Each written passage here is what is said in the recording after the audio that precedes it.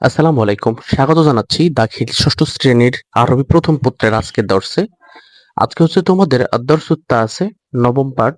আদ-দারসুন মানে হচ্ছে আদ-দারসু মানে হচ্ছে পাঠ, আর তাসে মানে হচ্ছে নবম। তাহলে এখানে একত্রে অর্থ দাঁড়ালো আদ-দারসুত তাসে নবম পাঠ।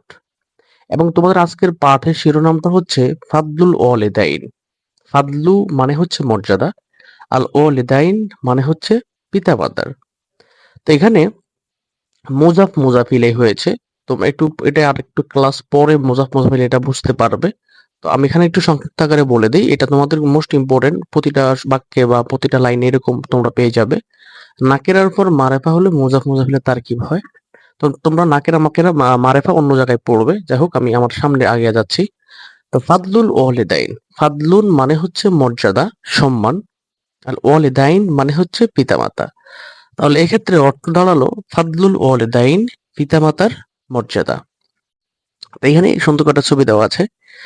পিতা তার সন্তানকে খুব আদর যত্ন করছে।